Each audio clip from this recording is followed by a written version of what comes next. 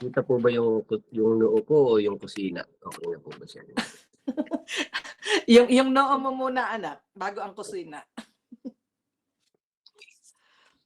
Are you excited? Handa po tayo ng mga papers and pen dahil So, napakaganda po ng mensaheng ito. About leadership. Mabigat ito. Mabigat. Sige. 1 minute. Bigyan ko kayong 1 minute. Prepare kayo. Prepare ng sarili. Mag-prepare ng sarili. Mag-prepare ng notebook.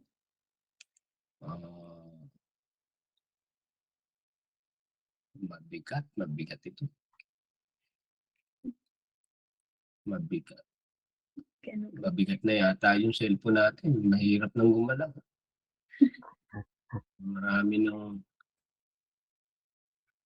Alright.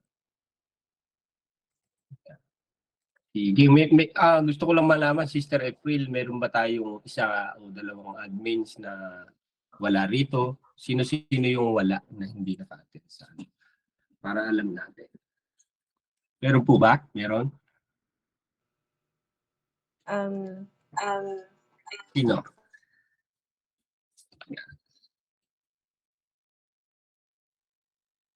Okay na? Meron? Andito na po ba si Ay, andito naman na po. May mga nagpaalam po kanina, pero andito naman po si Tita Edobihes. Sino po? Si? Almost lahat po. Ang wala, nandito brother, lahat? Kompleto? Hello? Yes. So, may list ako, brother. Wala si Sis Jolly. Tama ba? Si Sis Shara, nandito ba? Si Tapos si Sis Sis Jolly and Pink. siya ang wala. Si Sis Pink. Si si Sister Sis Pink Crisel, din po. nandyan ba, Sister? Wala din.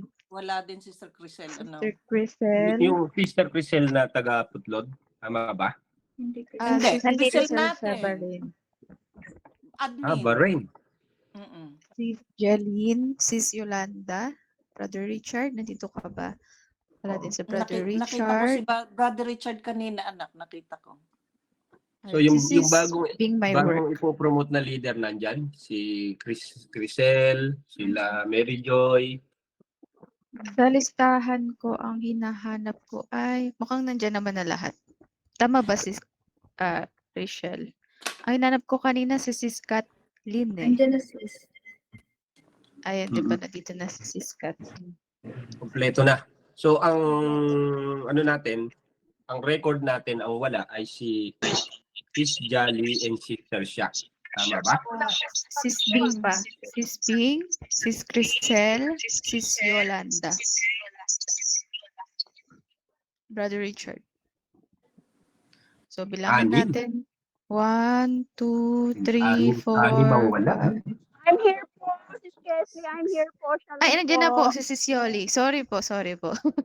Hello po, Sis Yoli. Ayan. Sis Crisel po yung sabari na hinahanap namin, Sis Cel. Ayan. Thank you din po sa Paki-reach out po, Ate Vicky, yung Bahrain natin. Okay. Alright. Sige. Okay. Sige po. Gusto ko lang malaman muna, nandiyan ba sila Brother Jopper? Isarhan na lang daw gamit nila. Andyan ba?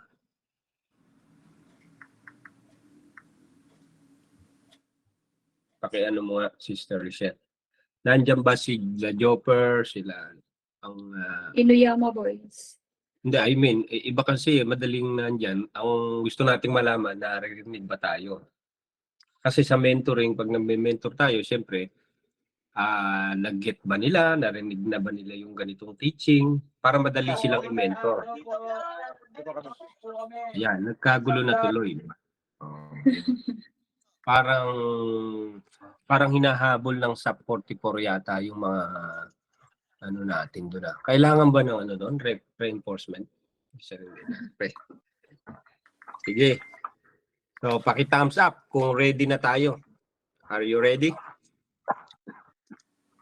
Wow. So, glory to God. Ayan. Hindi pa nagsishare. Screen natin.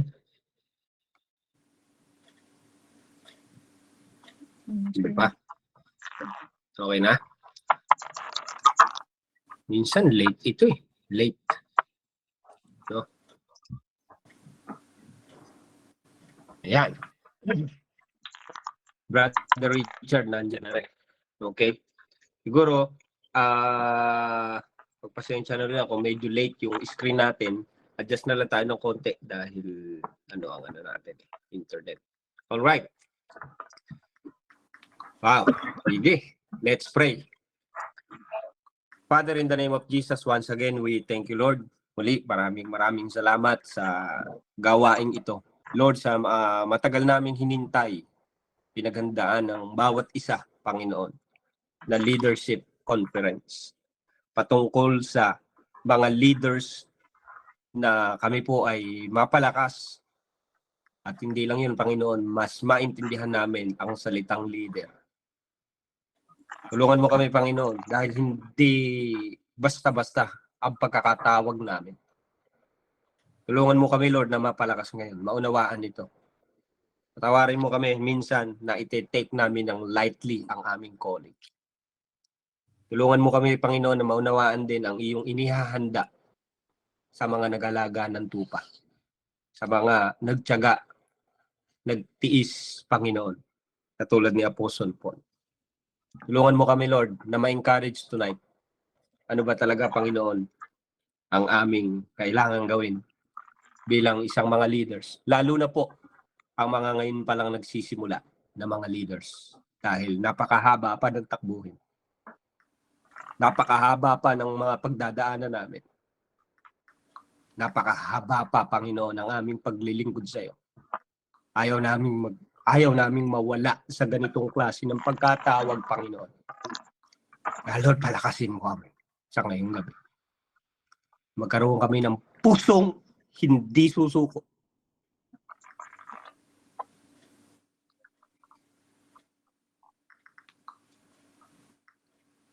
Panginoon, pagpalain mo pa ang SFC.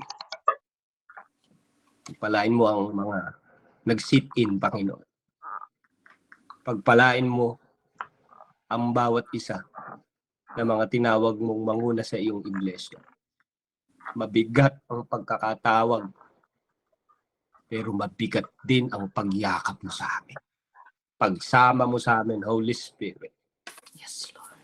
Mahirap pagka kami lang. Pero masarap kapag kakatuwang namin ang Holy Spirit. Yes, Lord. Tulungan mo kami, Lord, na maunawaan kung kanino ba talaga kami didepende sa aming pagkatawag. Tulungan mo kami, Lord, na maunawaan yung sinabi ni Paul, bakit ganon yung pagkakasalita niya sa kanyang mga inaalagaan. May joy and may crown. Kaya mo sa aming puso, yung puso ni Paul na ganon. Para, Lord, maging katulad din ni Paul ang aming puso sa paglilingkod sa iyo. Marami siyang mga sufferings, pero Lord, nakaka-amaze ang buhay niya. Kaya Lord, tulungan mo kami na maunawaan ang kahalagahan ng pagiging leader.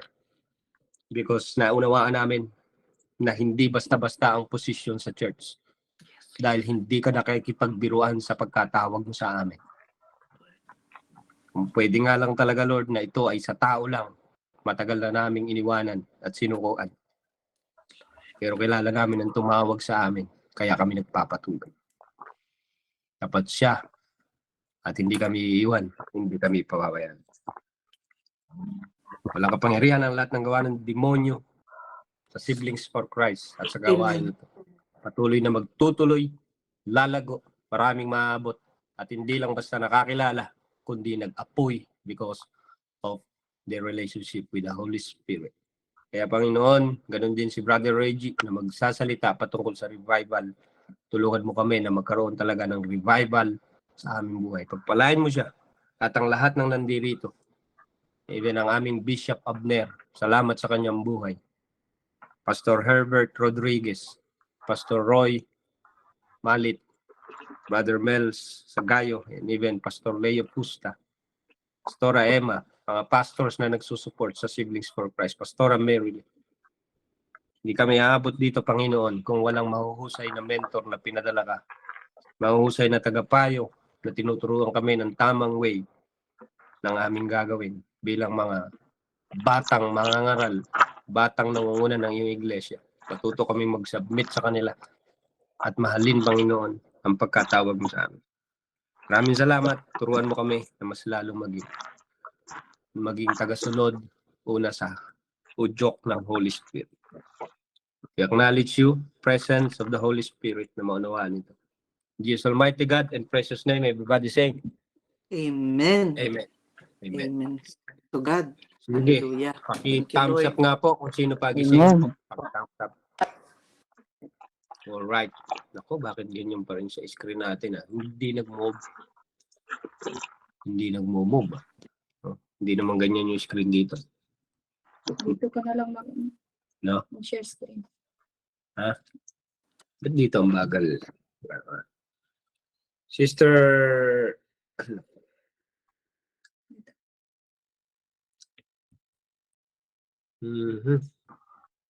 Bagal doon natin. Sister Kesley, sisend ko sa iyo yung slide.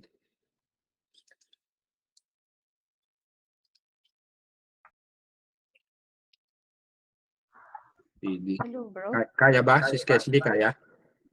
Sige, i-send yun lang po sa akin. Alright. Sige. Sister Kesley. Ito.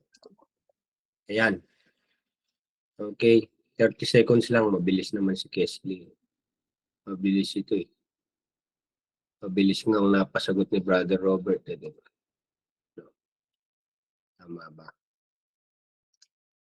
Ayan. Walang bookingan, anak. Ay, wala booking ang bago. Kasi nga, si Kesley hindi pinahirapan. Sabi ko, pahirapan. Wala. Na-inlove agad eh. Walang. No, Christian, tama ba? Yun naman ang dapat. Huwag mo nang pahirapan. Gusto mo rin lang naman eh. Sabi ko, pahirapan eh. Patagalin ha. Patagalin mo pagka nag-rapture saka mo sagutin. Wala na. Ayaw ni Kesley. Sabi niya, mahal ko talaga. No, Father Robert. Eh, anya ka pa ba? Ayan, senior ko na po kay Di. Kesley. Hindi na mag-share sa sister. Yan. Copy, Sis Kesley, nakuha? Okay. Oh, bro. Sige. Si-share ni Sister Kesley ang ating slide at ayan. Okay. Sige, may time tayo dito, may oras eh, no? Alright. Sige. So, ang isi-share natin, mga kapatid, ay about sa leadership. Ayan, talagang mabilis sa kanila, no? Mahina na yata yung laptop natin. Nahihirapan na ako sa pag-share. Okay. So, una sa lahat, welcome sa SFC Leadership Conference, no? So, syempre, leadership conference ito. Sasamantalahin natin na ang focus lang natin ngayon is about leadership. Okay? So, marami tayong natutunan sa about leadership, pero isang part na gusto nating maintindihan ay yung sinabi ni Paul at may sinabi si Peter na pwede nating kunin ng principle. Okay, so dalawang apostol ang pag-uusapan natin ngayon. Okay. So, una sa lahat, lahat naman tayo dito leader na eh. Tama ba? Nagli-lead kayo ng church. Tama po ba? Cell group. Okay? Nagkakaintindihan po tayo. Praise and worship team. Nandiyan kayo. Tama? Okay? So, una sa lahat, Sister Kesley, being leader in the church, ayan, next slide, Sister Kesley. Being leader in the church, ano daw, pakibasa nga po. Tingnan ko kung nababasa nyo na. 1, 2, 3. Ano yung nakalagay? Amen. Wala, Being anak sa leader akin. in the church Being is leader not in easy. the church is not Being easy. leader in the church Okay. is not easy. Yun So, lang. una sa lahat, being leader in the church is not easy.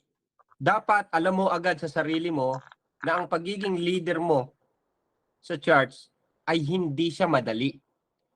Hindi ito madaling pagkakatawag. Kasi una sa lahat, kapag ka hindi mo ito naintindihan, along the way, give up ka eh. Along the way, pagka naka-experience ka ng mga kakaibang mga battles, pwede ka na mag-question. Ay, ganito pala ang leader?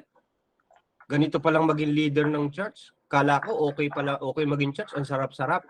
Hindi siya madali. Meron talaga tayong mga pagdadaanan. 3 yung kinuha kong points na pwede nating makuha sa introduction. Number 1, Sister Kesley. Una sa lahat, sa pagiging leader kasi natin sa church, ang hinahandle natin dito ay mga tao. Hindi sila mga hayop. Okay? Yung inaalagaan nyo sa group, inaalagaan nyo sa cell group, sa church, lalo na mga tinitrain magpastor. At yung mga naghahangad magpastor. Tinawag na magpastor. Dapat number 1, na alam mo sa sarili mo na ang aalagaan mo ay hindi yan mga hayop. Na parang baboy na iiwanan mo sila, pag pinakain mo, babalikan mo, pag nagutom muli, o kain kayo, o huligo ka. Hindi sila ganun eh. Tao sila. Ang mga inaalagaan natin ay tao. Number 1, meron silang emotion. Sister Kesley, they have emotions. Dapat alam mo na yung ina-handle mo sa church ay meron silang emotion. Meron silang damdamin.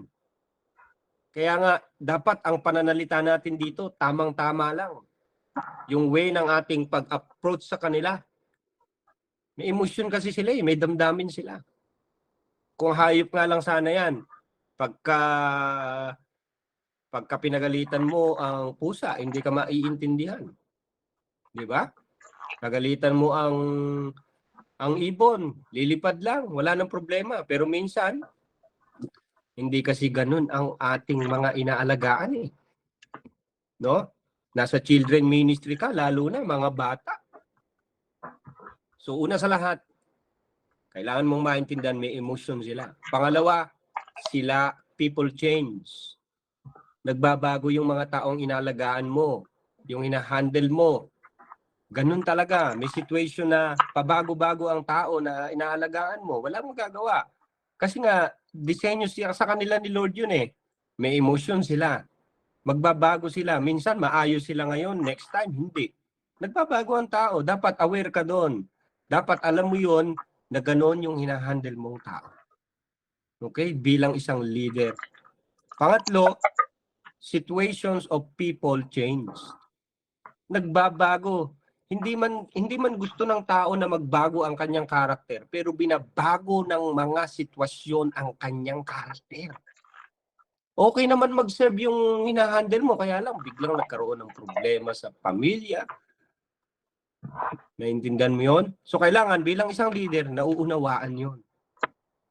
Lalo na kung nagpapastor ka, ilang tao yung aalagaan mo. Ilang tao yung mga i-handle mo na yan. Ganon din sa Siblings for Christ.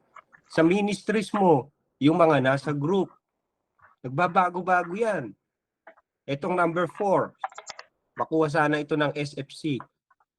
Hindi madaling maging leader dahil minsan ang ministry will also change. Number 4. Maybe situations in ministries will also change. Ganun talaga. Minsan kapag nagsimula ka ng ministry, para siyang antindi ng dating sa tao kasi bago sa tao eh. Aba, bago ito ah. Kabadingan ministry. Aba, masilip nga. Magtayo ka ng ganon, ang daming magjojoin, maniwala ka. Kahit hindi bading, magjojoin. Kasi gusto nilang malaman kung ano eh. Kaya lang ang ministry, may nagbabago talaga. Dapat hindi ka na-disappoint kung talagang, nako, parang kakaunti na lang ang dumadalawa. Nako, pipito na lang kami ah.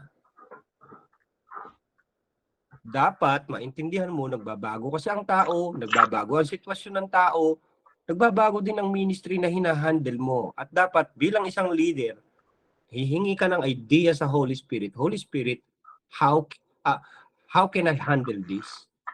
Paano ko siya ngayong gagawin na ibalik siya doon sa kanilang tamang kinalalagyan? Gagawa ka ngayon ng paraan bilang isang leader. At maniwala ka sa akin, kapag pinartneran ka ng Holy Spirit, hindi ka masisero sa ministry. Maniwala ka. Hindi ka masisero sa ministry. Kanya yun eh. Siya ang nagdadala ng tao. Siya ang nagtatas ng puso ng tao. Siya ang nagbabago ng tao. Siya ang nagtatama ng sitwasyon ng tao. Naintindihan? So yung 4 na yan, kailangan nating maintindihan. So picturean nyo na lang para ma-review ninyo. Number 1 point natin, nag-handle tayo ng tao, hindi ito mga hayop. Okay? Dapat maintindihan. Basic lang yan. Number 2, isa pang problema natin bilang isang leader, kaya medyo mahirap siya. Kasi tao lang din tayo. We are not robots. Okay? Mr. Kesley, next slide. Dapat maintindihan natin, ano daw? Tao ka lang. Minsan napapagod ka. Hindi ka pwedeng magpuyat. Mamamatay ka ng maaga. Tama ba? Kailangan mong ayusin ang iyong kalusugan. Mga tao lang din tayo. At ang matindi rito, next slide, Sis Kesley, bibilisan ko na lang. Introduction lang naman to.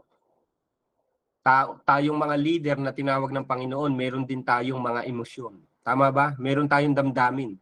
Minsan hindi naman problema yung hinahandle mo, ang problema yung emosyon mo. Naintindihan niyo ba 'yon? Itong mga tinuturo ko sa inyo is based on my observation. With Bible backup yan, siyempre, verses. Nakakita tayo ng emosyonal na leader katulad ni Elijah. Tama ba? Nasabihan lang siya ng konti ni Jezebel, gusto na niyang give up sa ministry. So bilang isang leader, dapat alam mo na tao ka. Kailangan mong bantayan yung emosyon mo. Kasi nga, yung hinahandle mo ay mga taong may emosyon din. Iba't iba rin ang sitwasyon nila. Nagbabago ang ministry. Tama? So pangalawa, pati ikaw nagbabago. We also change. May emosyon ka, nagbabago ka. Hindi kasi tayo hayop eh, na nasanay lang tayo sa isang sulok, gano'n tayo. Minsan nag-iiba-iba rin ang gusto natin, ang desire ng ating heart, ng puso. Pangatlo, our situations change. Katulad din nila, tama naman ang sitwasyon nila, pero yung sitwasyon mo nagbago. Minsan, ang ganda ng comfort zone mo, bigla kang nalabas. Paano mo siyang i-handle ngayon? So, yung mga nasa comfort zone ngayon ng mga leaders, dapat ready kayo na babago yung sitwasyon nyo. Kahit na daling kayo ni Lord sa isang mahirap na sitwasyon na parang hindi nyo na kaya, don't give up. Naiintindihan ko kayo, pero hindi tayo pababayaan ng Panginoon sa pagkatawag natin. Okay? So, may emosyon ka, nagbabago man ang sitwasyon mo, be ready. Kasi tao ka eh. Kailangan pagsabihan ka ng ganito, baka kasi hindi mo kayanin. Kaya nga sabi natin, being leader in the church is not easy. Tapos meron ka pang kalaban. Ano yung kalaban mo? Una sa lahat, evil spirit. Very basic. Nandiyan ang demonyo. Ikaw ang personal target. Hindi naman niya tatargetin basta-basta ang mga member mo. Ikaw ang tatargetin dahil kapag sira ka na, sira na rin yung sa battle sa evil spirit. Pangalawa, pati ang system ng mundo ay kalaban natin. Kung papansinin ninyo sa panahon natin ngayon, parang nawawala na si Jesus.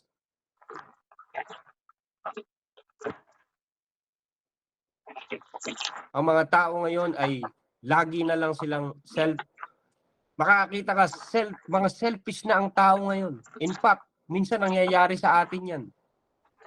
Hindi na katulad ng dati. Pasama ng pasama ang mundo natin. Ang sistema ng mundong ito, una na ang sarili sa lahat. Even in our families, nararamdaman natin yan. How much more sa mga malalayo sa atin.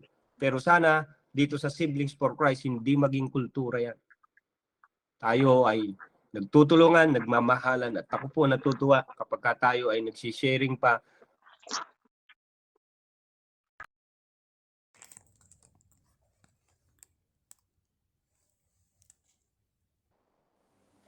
Naiintindihan niyo po ba yon? So kailangan maintindihan natin na ang pinaglilingkuran natin Diyos ay hindi tayo naglilingkod sa tao. Sabi ko nga nung napagod ako sa ministry, sabi ko, Lord, alam mo, kung tao lang tong pinagsisilbihan ko, gumive up ko lang. I believe, nararamdaman nyo rin yun. Kung hindi lang talaga si Jesus ang tinataas natin, iwanan na natin. Tama ba? Mahal kasi natin si Lord. So dapat wag mawawala yun. Hindi ako nagsiserve sa tao, nagsiserve ako kay Jesus, the lover of my soul. Then you will continue. Number one,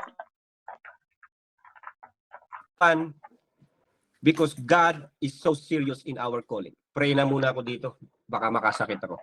Father, in the name of Jesus, once again, we thank you, Lord. Maraming salamat sa iyong mga salita. Prepare your people right now na matanggap ng iyong mga salita. I pray, Lord, na palakasin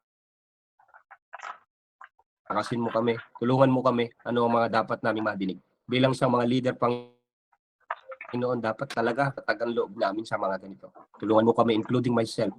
Tuloy mo kaming tulungan, palakasin. Salamat. Ikaw ang nag-i-strengthen sa amin. Thank you, Lord, sa pangalan ni Jesus. Amen. Number 3, ito yung heart ni Lord. God is so serious in your calling. Kung nasaan ka ngayon, seryoso si Lord yan. Kung minsan ang liit ng tingin mo sa lugar na kung saan ka nandyan ngayon, yun ang tingin mo, pero hindi ganun ang tingin ni Lord. Seryoso siya kung nasan ka. Sa ministries, sa SFC, sa mga local churches ninyo, kung saan kayo nagli-lead na nandyan, huwag niyong tingnan kung tinitingnan nyo na napakaliit ng calling nyo, hindi ganun ang tingin ni Lord yan. Ang tingin ni Lord napakalaki. Eto pa, kung ang tingin ng tao dyan, lugar mo, sa ministry na hinahandle mo, maging sa online, ay napakaliit. Hindi yun ang titingnan mo. Ang tingnan mo, yung tumawag sa iyo, seryoso si Lord sa pagkakatawag sa iyo. Kaya ka nandyan, kasi pagtatagumpayin kanya dyan. Naintindihan po, bakit ka naging admin ng Middle East Group? Pagtatagumpayin ka ni Lord yan. Tuturo ko lang sa inyo kung ano ang dapat na karakter ng isang leader para magtagumpay. Kaya minsan, di tayo nagtatagumpay, may mga pagkukulang tayo sa Panginoon. Okay? Number 2. Kaya mahirap maging leader sa church. Naglilingkod tayo sa Diyos at ang Diyos, God will judge us according to our labor. Di ba sabi ni Paul, hindi tayo haharap sa judgment seat of Christ, sa white throne of judgment, pero haharap tayo sa judgment seat of Christ. Ang judgment natin is for rewarding ceremony. Naintindihan? Whether good or bad, sabi ni Apostle Paul. Kung paano ka nag-serve sa church, sa mga ina-handle mo, how we handle His church, and how we treat other people. Alam nyo mga kapatid, even sa mga resources natin, sa mga pinagkatiwala sa atin ng Panginoon. Hindi ka pinayaman ni Lord para samsamin yaman. Checkin mo rin, baka kaya ka mayaman, minsan may sumusobra kasi gusto ni Lord na mag-bless ka ng iba. So bless your family, bless your brothers and sisters.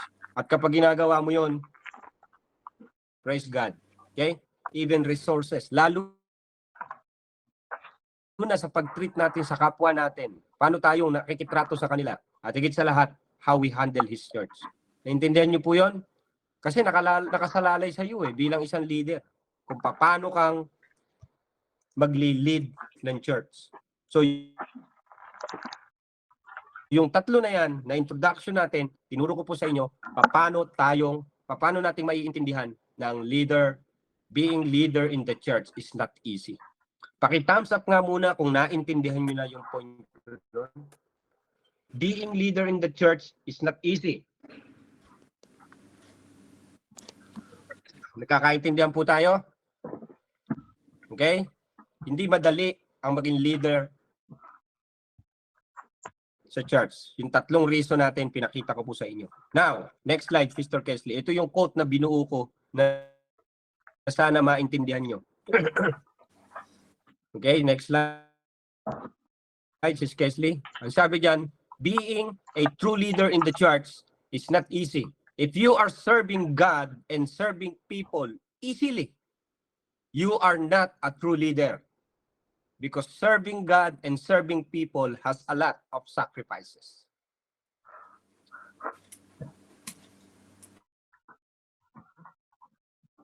Kung nagse-serve ka sa Diyos at sa tao, na pa-easy-easy ka lang, hindi ka totoong leader.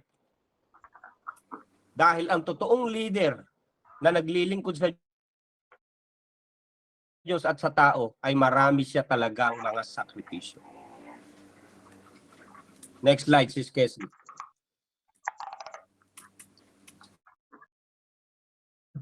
Serving God and serving people with all of our hearts has a lot of sacrifices. But we have overflowing joy in our hearts because we please the Holy Spirit and that is His fruit. Alam nyo kung paano nyo lang may enjoy ang pagsiserve kay Lord kahit maraming mga sacrifices? Please God. Don't try to please people. Don't try to please your mentor. Don't try to please your partner. Please the Holy Spirit and the Holy Spirit knows everything about you. At pagka nakita ng Holy Spirit, natuwa siya, lalabas sa iyo yung fruit ng Holy Spirit. And one of the fruit of the Holy Spirit is the real joy. Then, you are serving God joyfully. And the joy of the Lord is our strength.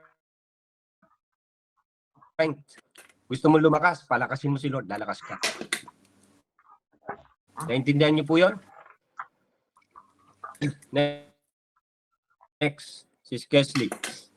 Sabi ni Paul, 2 Corinthians 4:8-9. Tingnan niyo yung na-experience ni Paul bilang isang leader. Alam niyo, sabi ni Paul sa kanyang sulat, we are pressed on every side by troubles, but we are not crushed. We are perplexed, but not driven to despair. We are hunted down, but never abandoned by God. We get knocked down, but we are not destroyed. Sa Tagalog, sabi ni Pablo, alam niyo, kabila. Ngayon, ang paglilingkod ba sa Diyos ay easily? Hindi. Meron talaga tayong may experience, mga kapatid. Kabi-kabilaan ang pagpapahirap sa amin, ngunit hindi kami nalulupig. Yun ang maganda. Kahit anong paghihirap ang pagdaanan mo, hindi ka malulupig. Kung minsan ka nababagabag, minsan nagdadoubt ka rin kay Lord, kinakabahan ka, pero hindi kayo nawawala ng pag-asa. Inuusig kami, ngunit hindi pinababayaan, especially ng ating Panginoon. Napapatumba kami, ngunit hindi lubusang nailulog mo. Alam niyo po, meron tayong mga experiences na minsan nadadown talaga tayo, pero hindi tayo kayang igupi ng kaaway at ng mundong ito. Naintindihan niyo po yon? So yung mga pinagdadaanan mo na yan ngayon, next slide, Sister Kesley, i-take note mo ito. Kung sa paglilingkod mo ay maraming panahon na nahihirapan ka, may mga pinagdadaanan ka, parang napapagod ka na at gusto mo nang sumuko pero nagpapatuloy ka, aba, leader ka. Ang tunay na leader kasi, hindi sumusuko. Kasi kapag ka leader ka tapos sumuko ka, actually, hindi ang Diyos sa'yo. Ikaw ang nag-alis sa sarili mo bilang isang leader. Naintindihan? Pero alam mo, kung nahihirapan ka na, ang daming panahon na parang pinagdadaanan ka, napapagod ka na, gusto mo na talagang sumuko, pero nagpapatuloy ka, salute ako sa'yo. Leader ka. Dahil marami nang sumuko, give up. Pero sabi ko nga sa inyo, pananagutan nila yon sa Lord someday. Naintindihan niyo po yun? So tuloy tayo. Next slide, Sister Kesley. Tingnan natin yung kagandahan ng bilang isang leader. Sabi ni Paul, therefore, pakibasa nga po, anyone? Andiyan pa ba kayo? Therefore, Amen po. Amen po. Marami. go Sige ahead. po. Amen po. Sabi po sa Philippians chapter 4 verse 1, therefore, my brothers and sisters, you whom I love and long for, my joy and crown, stand firm in the Lord in this Amen. way, Praise dear God. friends. So tapos na yung kinakabahan akong part kasi yung una lang yun, no? Baka masaktan kayo, ha? Bato-bato sa langit. Ano tawag natin dyan, Ate Mega? Ang tamaan, huwag magagalit. Okay po ba? Bati pa rin po ba tayo? Tapos na po yung part na yun. Huminga na po kayo. Okay ba? Ito na tayo Amen. sa maayos-ayos na part. Okay? Okay ba? So kilala nyo naman ako, ha? Walang personalan. Actually, kaya ko nga ito nagagawa dahil pinagdaanan ko ito. Di ba? Kaya ko na-share sa inyo, eh. So, para sa atin tong lahat, no? Including me, no? So, kung may nasaktan kanina, patawad na lang po, no? Pananagutan ko naman kay Lord John Sunday, kaya patawarin nyo na lang po ako. Ano, damdamin nyo yung ating sinabi kanina. So, tingnan natin yung sabi ni Paul. Therefore, my brothers and sisters, you whom I love and long for, my joy and crown, stand firm in the Lord in this way, dear friends. Sarap nito, no? Alam nyo, ito yung gustong-gusto ko nang i-share noon pa sa inyo, eh. Bakit na kaya nasabi ni Paul yun, ano? Ano kaya yung pinaka-intention niya? Bakit niya sinabing yung church na yun, siya yung kanyang kaligayahan? Tapos yung corona pa niya yun. Aba, bilang isang nagme-mentor pala, nag-aalaga ng tupa, nag-aalaga sa cell group, nagpi-prepare, katulad ni Ate Vic, ang daming mga piniprepare. Hindi ko na nga ma-mention kung ano-ano mga piniprepare. Sa sobrang dami. Aba, yung pala ay kanyang kaligayahan at kanyang corona. Alam niyo po, gusto kong makita ninyo saan yung context niyan kasi chapter 4, mga ma-attend naman kayo sa hermeneutics. Next slide, Sister Kesley. Dito galing yung context niyan, eh. Alam niyo po, Philippians 4 yon, sabi ko nga sa inyo, wala naman chapter yan, tsaka verses in the first place, eh. Tuloy-tuloy yung kwento. So sabi dito sa talon tayo, 3:15, sabi niyang ganun, all of us. Nako, pagka sinabing all of us na ganyan, kasi kanina doon sa taas, sabi ni Paul, therefore, balik mo nga Sister Casey sa taas, tingnan nyo, ha, ganito pagsilip ng Bible para madali nyo maintindihan ng message. Number 1, sabi ni Paul dyan sa una, ano yung sabi? Therefore, tama ba? Pagka nagbasa ka ng Bible at nabasa mo yung therefore, hindi pwedeng magtutuloy ka agad. Ang basa niyan hindi pa sulong, ang basa niyan ngayon paatras. Naintindihan?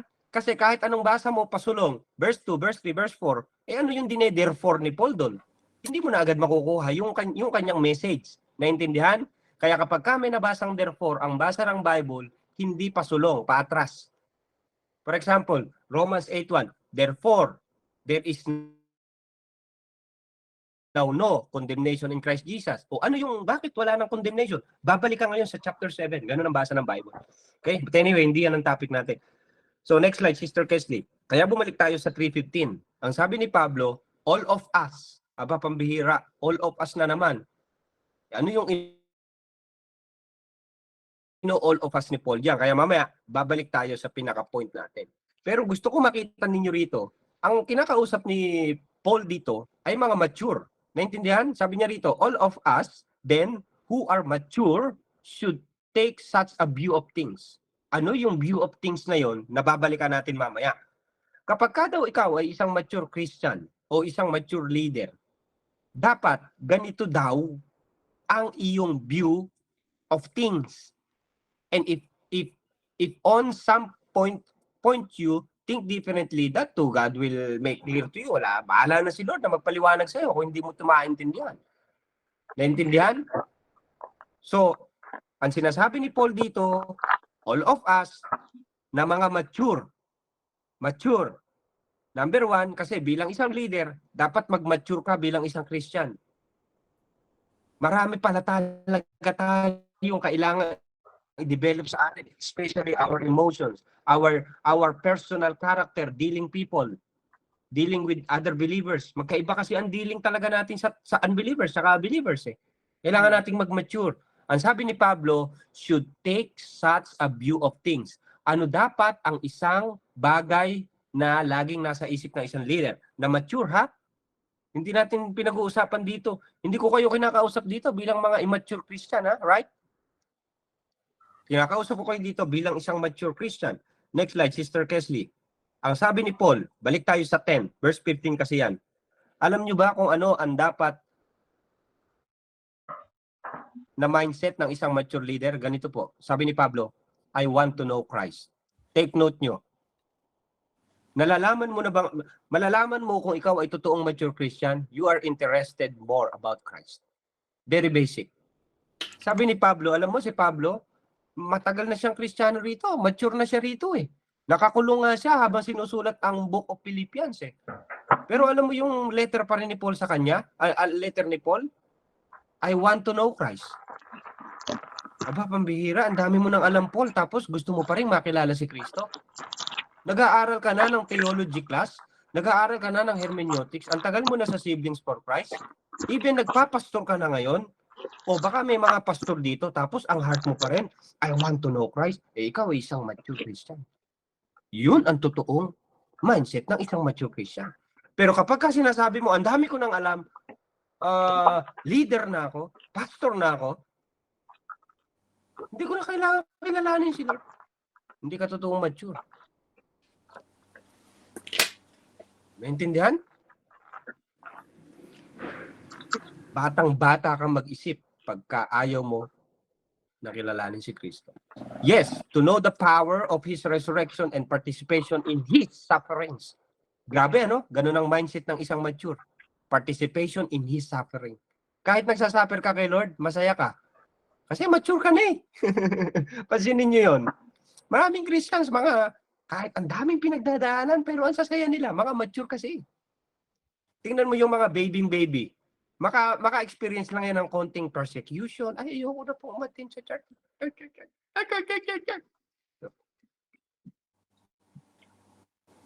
Kaya minsan, dumadating sa akin yan, Lord, pawarin mo po ako sa aking maturity. Minsan, maiintindihan mo lang kapag nagising ka eh. Abay, mature pa pala ako sa part na yun.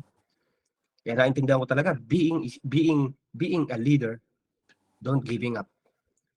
Don't giving up. Mga kapatid, tuloy ang laban. Tuloy ang pagkakilala kay Kristo. And participation in His suffering, becoming like Him in His death. Di ko na pagtatagalin dyan. Wala nang time. And so, somehow attaining to the resurrection of the dead. Next slide, Sister Kesley. Nagtuloy si Pablo, verse 12. Pasulong na po ang basa natin dito. Hanggang doon sa crown. Next slide. Sabi ni Paul dito, leaders don't giving up. Now, I don't have already obtained all this or have already arrived at my goal. Hindi ko sinasabing nakuha ko na to at nakuha ko na yung goal ko. Pero ginagawa ko, I press on. Naintindihan? To take hold of that which for Christ Jesus took hold of me. Hindi ko sinasabing nakuha ko na lahat. Kahit naging leader ako, kahit naging pastor, sabi ni Pablo, kahit naging apostle ako, hindi ko sinasabing nakuha ko na. Ang kaibahan ka pa nga dito, mas lalo kong pinagdidiinan ang aking pagkapit sa aking pagkakatawag. Naintindihan? So ganun ang idea ng mga mature leaders. Next slide, Sis Kesley.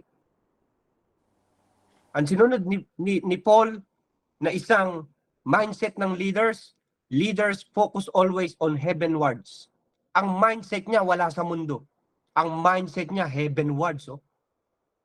Brothers and sisters, I do not consider myself yet to have taken hold of it.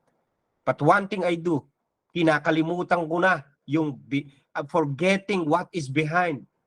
Yung mga nakaraan, hindi ko na yan. Kinakalimutan ko na yan. Ang tinitingnan ko ngayon, yung hinaharap, yung pinaglalaban ko, pinagdidiinan ko. I press on toward the goal to win the prize for which God has called me heavenward in Christ Jesus.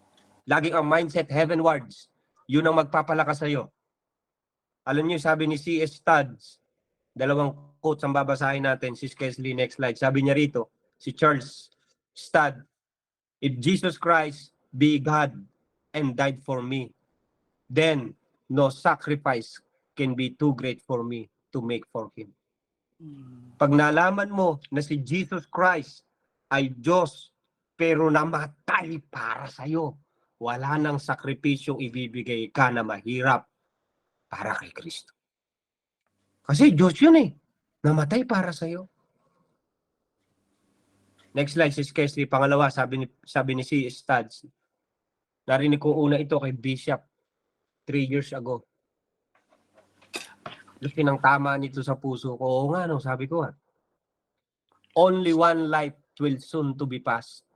Only what's done for Christ will last. Alam mo, iisang buhay lang ang meron tayo. At mabilis itong mawawala. Hindi nga natin alam kung hanggang kailan ang buhay natin. Marami tayong pinaggagawa sa buhay. Pero lang mga nagawa mo kay Kristo ang talagang may pakinabang. Lahat. Marami kang gagawin. Pumapasok tayo sa trabaho. Actually, wala yun. Only what's done for Christ will last. Pero siyempre, dala ng ating pangangailangan, nagkakaroon tayo ng ganun. Kaya nga, ang ginagawa natin, dapat sinasama na lang natin si Jesus sa ating trabaho. Tama ba? We pray sa trabaho, we intercede sa trabaho, we share ng gospel sa trabaho, para at least kahit paano may pakinabang tayo. Kahit nasa trabaho tayo. Intindihan? So, take note nyo po yan. Tumama sa akin yan 3 years ago, 4 years ago. Only one life will soon to be passed. Only what's done for Christ will last. Next slide, Sis Kesley. Balik tayo sa ating binalik natin. Di ba sabi kanina, kaya sabi ni Paul, tuloy na natin ito, all of us then who are mature should take such a view of things na ganyan. Naintindihan? So dapat daw yung mindset ng isang mature leader ay ganon. Heavenwards ang tingin mo, pinipress mo, yung calling mo, talagang nagtutuloy ka, gusto mo lang makilala si Kristo kahit na ano ang napag-aralan mo na tungkol sa Kanya. Next slide, Sister Kesley. Nagtuloy si Paul, verse 17 hanggang 19. Sabi niya ganon, join together in following my example. Brothers and sisters, and just as you have as a model. Para may modelo ka kasi ang hirap Sino ba talaga susundin natin? No? Sundan ang ginawa ni Pablo, pero the best example is the Lord Jesus Christ. Kung ano yung character ni Jesus Christ na nabasa mo sa Bible, follow it. Hindi mali yun, automatic. Ito mga kapatid, tinan nyo keep your eyes on those who live as we do. Kung sino yung mga kamanggagawa mo sa Panginoon, huwag mo iaalis yung focus mo sa Kanya. Dahil yun ang magbibigay ng encouragement sa'yo. Pag inalis mo yung focus mo sa mga gumagawa ng mga ginagawa mo, pwede kang mawala sa ministry. Pwede kang mag-give up. Kasi ang ipo-focus mo ngayon, yung ginagawa ng iba, mahahawa ka doon. Kaya kailan, lagi kang naka-gather sa isang Christian community. Lalo na sa mga maaapoy na mga members ng Body of Christ. Huwag kang aalis doon. Pagka umalis ka doon, pwede kang manlamig. Kaya sabi ni Pablo, keep your eyes on those who live as we do. Kung ano yung ginagawa ko, ginagawa mo, ginagawa ng bawat isa na pare-pareho tayo ng paglilingkod sa Panginoon, keep your eyes on that. For as I have often told you before, and now tell you again, even with tears, many live as enemies of the cross. Marami kasing ganun. Baka ma-focus yung eyes mo doon, madi-discourage ka bilang leader. Baka umaya, ayoko nang maging leader. Mas gusto ko yung ginagawa nila, pa-easy-easy lang. Kaya nga sabi ko kanina, kung ikaw ay pa-easy-easy ang pag-serve kay Lord, you are not leader. aalis ka na talaga sa pagiging leader kasi ang gusto mo, easily eh. Their destiny is destruction, their God is their stomach, and their glory is in their shame. Their mindset is on earthly things. Kaya ingat kayo sa pinagpupukusan ng inyong paningin. Kapag ka nakaka-focus kayo sa mga bagay, sa mga tao, na laging ang focus nila ay earthly things, ingat kayo doon. Ingat. Mag-focus daw tayo doon sa mga taong gumagawa ng mga ginagawa rin natin. Naintindihan?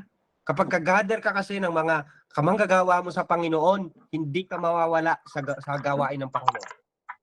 Pero pag nawala ka dyan, bilang isang leader, pwede kang maalis. Next, Sister Kesley. Malapit na tayo matapos. Nagtuloy si Paul, verse 20 to 21. Sabi ni Paul, but our citizenship is in heaven.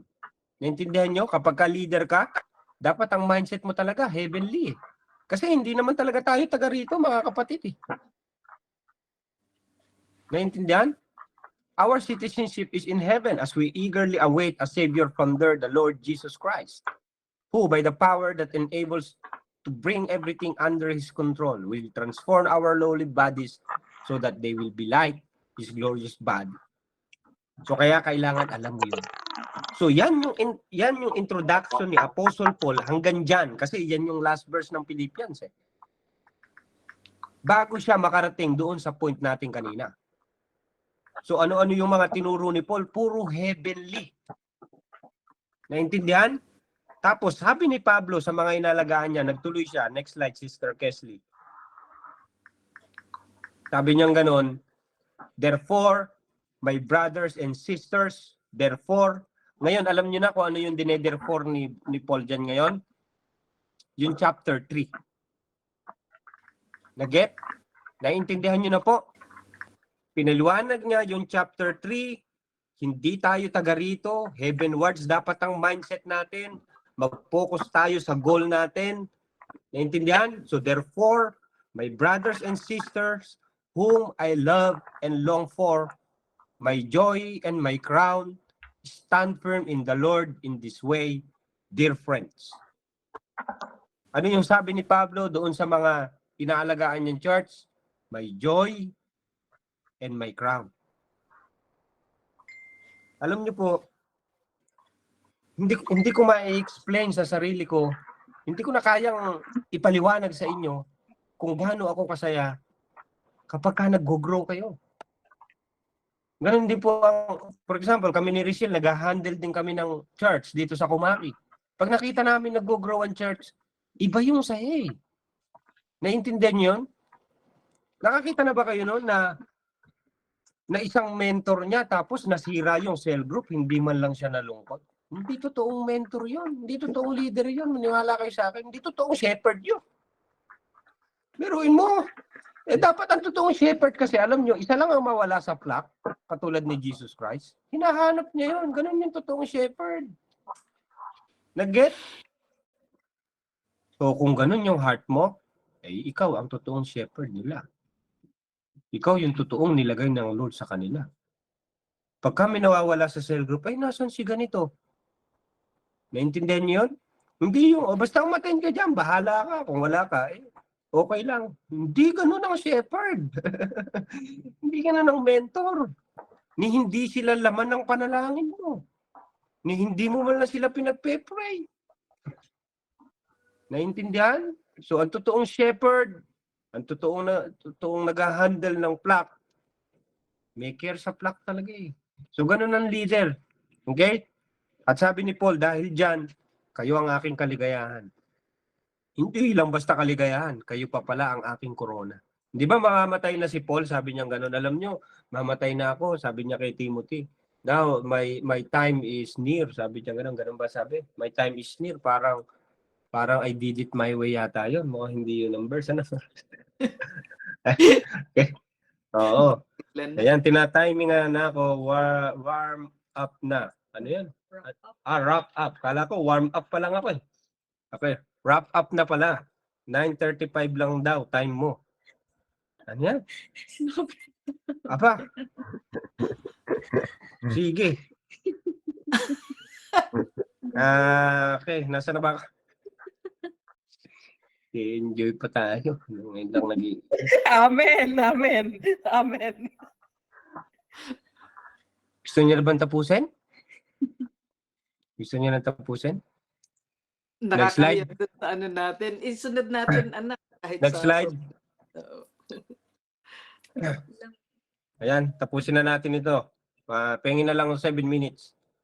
Next slide, Sister Kesley. Tingnan niyo yung sabi ni Paul sa mga makaka-receive ng Crown of Glory. Tingnan niyo ha. Bibilisan ko lang to dahil naituro ko na ito sa inyo last time. Sabi niya gano'n, to the elders among you I appeal as a fellow elders and a witness of Christ's sufferings who also will share in the glory to be revealed. Ano sabi? Be shepherds of God's flock that is under your care. Alagaan mo yung mga tupa na ipinagkatiwala sa iyo ni Diyos. Watching over them, not because you must, but because, ano yung unang karakter dapat natin? You are willing. Hindi ka napipilitan lang sa ginagawa mo, willing ka talaga. Gusto mo yung ginagawa mo, you are willing as God wants you to be. Not pursuing this honest game, eager to serve ka. So dapat may willingness ka, eager to serve ka. Gusto mo silang paglingkuran. Yun ang totoong shepherd.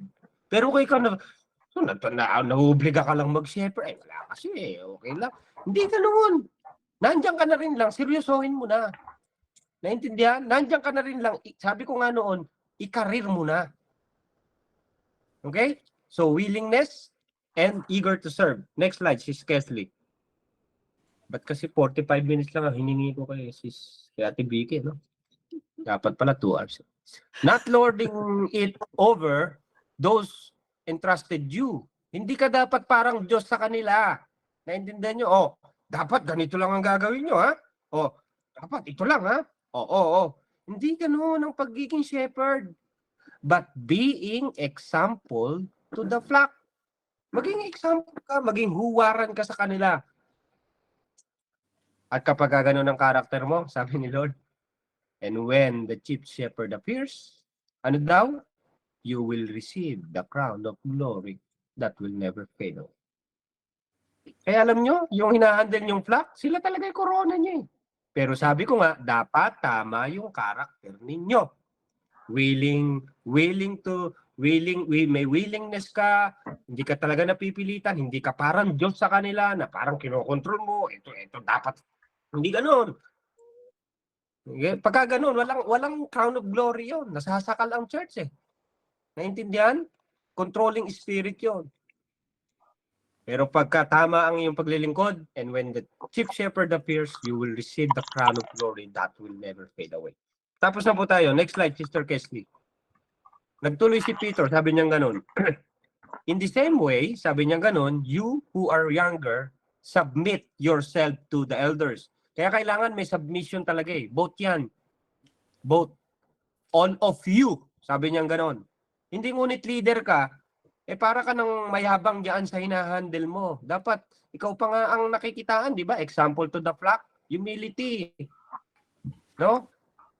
Kaya sabi ni Peter, all of you clothe yourselves with humility toward one another. Sa bawat isa yan. Elders, members, pastors, leaders, lahat tayo clothed with humility toward one another. Because God opposes the proud, but shows favor to the humble. Pantay-pantay tayo dito. No? Meron lang talaga tayong pagkakaibang tawag, pero pantay-pantay tayo dito. Lahat tayo, wala tayong rito sa Panginoon. Walang mataas dito. Ayaw nga ni Lord doon. Kaya pansinin mo, ang ginawa niya sa atin, one body. Na kapag ka mayroong kulang sa isa, nahihirapan ng isa. Kasi gusto ni Lord, one another, love one another, may unity one another. Romans 12. So humble yourselves therefore under God's mighty hand, that He may lift you up in due time. Iangat ka naman ni Lord eh. Hindi ka magangat sa sarili mo. Yung panahon na itinakda ng Diyos sa iyo. Be humble. Mga kapatid, lahat tayo. Walang problema dyan. Ano man ang sitwasyon mo ngayon, be humble. Naiintindihan niyo yun? Kung ano yung pinapagawa sa iyo sa season mo ngayon, gawin mo lang. Kasi kapag halimbawa, na-promote ka, ibang season na naman yun. Ibang battle na naman yun. Ibang situation na naman. Enjoy mo kung ano yung season mo ngayon. O kung meron dito, tinuruan ka ni Lord na ibaba, o di maging humble ka rin. Si Bong sa akin, naranasan yan. Na-inspire ako sa buhay niya. Kahit inalis siya sa church, naging humble lang siya. Nagpatuloy siya sa Panginoon. Kaya anong ginawa sa kanya? Nilift up siya. May panahon talaga, mga kapatid. Naintindihan? So wag nagmamadali sa calling. Kahit abutan ka naman ni Lord sa rapture na ganyan ang estado ng kalagayan mo. Pareho lang yun eh. Pareho lang yun. Ang kailangan tama sa'yo, yung heart mo. Okay? Be humble sa pag-shepherd ng flock. Next, Sister Kesley. Kaya sabi niya gano'n, alam nyo, sinasabi lang ito ni Paul doon sa mga nagsi-shepherd. Ni Peter sa mga nagsi-shepherd. Actually, yung context nito, pero pwedeng makuha ng lahat. Cast all your anxiety on Him because He cares for you. Sa sinasabi niya nag-handle ng flock, alam nyo, si Lord nagkikare sa inyo. Yung sinabing hindi nagkikare sa iba, pero according sa context, be shepherds on the flock. Kasi hindi ganun kadaling mag-shepherd ng flock eh. Sabi ko nga, marami kang pagdadaanan eh. Pero, bigay mo kay Lord lahat ng iyong alalahanin. Okay? Pangalawa, may kalabang ka. Verse 8, be alert and sober mind. Your enemy, Balexis Kesley, your enemy, the devil prowls like a roaring lion looking for someone to devour. Kapatid, pakinggan nyo to mga leaders. Target ka ng demonyo, kaya cast on your anxiety on him. Okay? Yung anxiety mo na yan, yung mga problema mo na yan, alalahanin mo na yan, yaan ang training ground ng demonyo sa'yo na pwedeng magamit sa'yo para bumagsak ka. Naintindihan? Ano yung part ngayon na parang nahihirapan ka sa pagsiserve mo dahil ang dami mong alalahanin, gagamitin ng demonyo yan. Sabi sa verse 8, be alert ka doon. Okay? Maging matalino, sober mind ka dapat. Dahil demonyo, ang devil, ang demonyo, na lumiikot-ikot, mahanap siya ng masisila at personal target ka niya. Kaya yaan ay bigay mo kay Jesus. Cast all your anxiety on Him. Okay? Kaya sa verse 9, ang gagawin mo lang sa Kanya, very simple. Hindi ka nakikipag-struggle sa Kanya na parang simple lang, resist Him. Okay? Resist the devil in the name of Jesus. Resist Him. Standing firm in the faith. Alam mo kung paano mong sa mga struggle sa mind na ini-input ng demonyo sa atin, ng evil spirit, alam mo kung paano mo siyang ma-overcome? Resist him. Paano mo siyang mariresist? Standing firm in the faith. Pagka naka-stand ka sa faith mo, sa Panginoon, hindi ka magagapi basta-basta ng demonyo. Pinangahawakan mo din. Sasabihin ng demonyo, ay hindi ka nakarapat dapat yan. Hindi, tinawag ako ng Panginoon eh. Standing firm in the faith. Tinawag ako ng Panginoon, sasamahan din ako ng Panginoon. Hindi niya ako tinawag, tapos iiwanan lang ako mag-isa. Hindi ganun ang Panginoon ko. Standing firm in the faith. Okay? Marami kang pangangailangan dahil sa naging calling mo, standing firm in the faith. Pagka nagpa-torture ka sa demonyo, roaring lion yun. Kaya dapat resist him. Okay? Because you know that the family of believers throughout the world is undergoing the same kinds of suffering. Ayan. Tatlong slides na lang. Next slide, Sis Kesley. Last verse na ba to? And the God of all grace who called you to his eternal glory in Christ after you have suffered, gano'n raw kahaba, a little while, will Himself restore you and make you strong, firm, and steadfast. To Him be the power forever and ever. Okay? So yan ang situation ng bawat nag-handle ng flock. Alagaan ninyo ang inyong mga kawan na pinagkatiwala, kahit anong ministry yan, sa church ninyo, sa online ninyo, mahalin nyo yan. Don't give up. Don't give up. Okay? Alam ko po na naiintindihan ko kayo, pero ang tunay na leader hindi talaga sumusuko. At I believe sa Siblings for Christ, mga tunay na leader kayo, tinawag kayo ng Panginoon, walang sukuan. Pakitype po dyan, walang sukuan. Walang sukuan. Sige, pakitype, walang sukuan.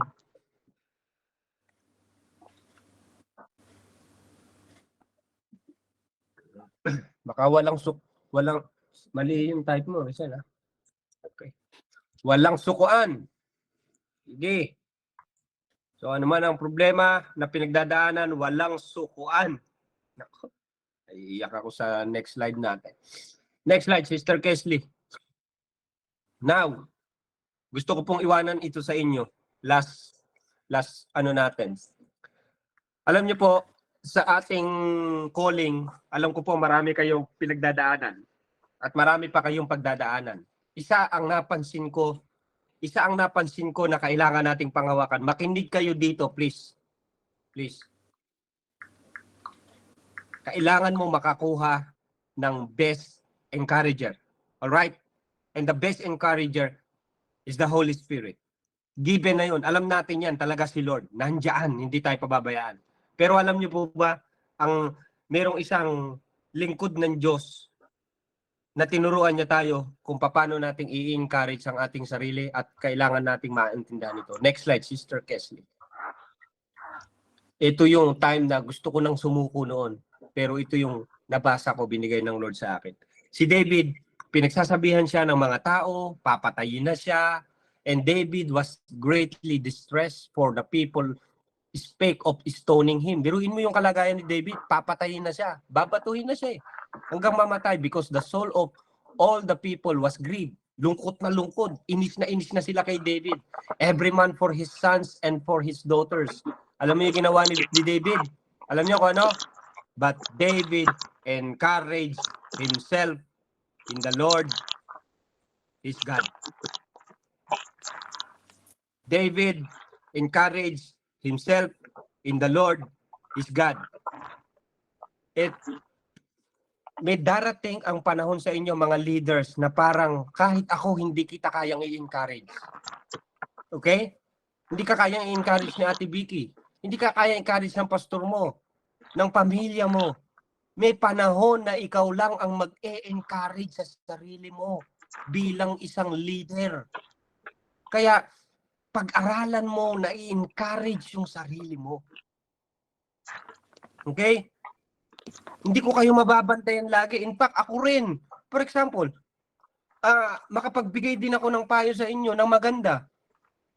Minsan, hindi sa sapat na sapat sa totoong kalagayan mo kasi ikaw ang totoong nakakakilala ng weaknesses mo at ng strength mo at ng totoong situation mo. Bakit ka nagkaganyan? Ang pinakamatinding mag-e-encourage sa'yo bilang isang leader ay ikaw lang din. Naintindihan? Last slide, Sister Kesley. Dito tayo magtatapos. Iwanan ko sa inyong quote na ito. Learn how to encourage yourself in the Lord, because the best person you can encourage, the best person who can encourage you is only you. Naintindihan niyo po ba yan? Pasensya na kayo sa mga tatlong quote na ginawa ko. Kung wrong grammar, paunawa na lang sa inyo ng Holy Spirit, ha? Okay? So, Siblings for Christ leaders, at kung may nakasit in dito na mga leaders ng ibang church, pastors, learn how to encourage yourself in the Lord, katulad ni David. Because the best person who can encourage you is only you. Naintindihan? Ikaw yung the best person na yun. Huwag kang maghanap ng best person. Okay? Kasi ikaw din yun eh. And finally, magpapayo sila sa'yo. Ikaw din naman ang mag-a-accept nun eh. Kung tatanggapin mo o hindi eh. Kapatid, ikaw ang nakakakilala ng sa'yo. Mula pagkabata mo, ikaw ang nakakaalam ng totoong ikaw. Kahit ako, tsaka si Michelle, tinuturuan ko siya, encourage mo sarili mo. Naintindihan? Kasi pag hindi ganun ang training natin sa mga tao, give up talaga sila. Pag hindi rin ganyan ang training natin sa mga leaders, give up din sila, bibigay sila. Naintindihan? Hindi naman natin alam ang totoong situation nila eh. Sila lang at ang Holy Spirit ang nakakaalam. So, iwanan ko sa inyo yan.